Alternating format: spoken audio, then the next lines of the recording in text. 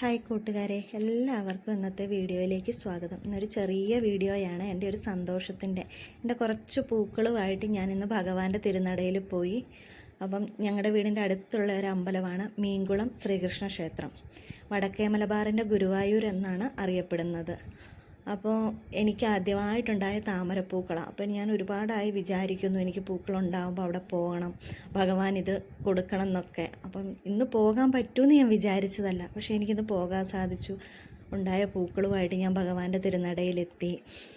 അത് ഭഗവാൻ അവിടെ സമർപ്പിക്കാൻ കഴിഞ്ഞു എനിക്ക്. അതൊക്കെ ഒരുപാട് സന്തോഷം തോന്നി.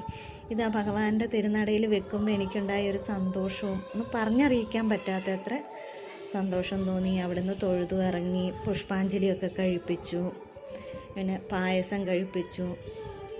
അങ്ങനെ സന്തോഷം നിറഞ്ഞൊരു ദിവസമായിരുന്നു ഇന്ന് വൈകുന്നേരം. പുഷ്പാഞ്ജലി കഴിപ്പിച്ച പ്രസാദം, പിന്നെ അവിടെ പായസവും പാൽപ്പായസവും, ഭഗവാന് പാൽപ്പായസമാണ് ഏറ്റവും പ്രധാനം. അപ്പം പാൽപ്പായസമൊക്കെ കഴിപ്പിച്ച് ഞങ്ങൾ വീട്ടിലേക്ക് വന്നു. ഇത്രയൊക്കെ ഉള്ളൂ പറയാൻ, ഒരു ചെറിയ സന്തോഷം. അത് നിങ്ങളുമായിട്ട് ഒന്ന് ഷെയർ ചെയ്തു. Thank you.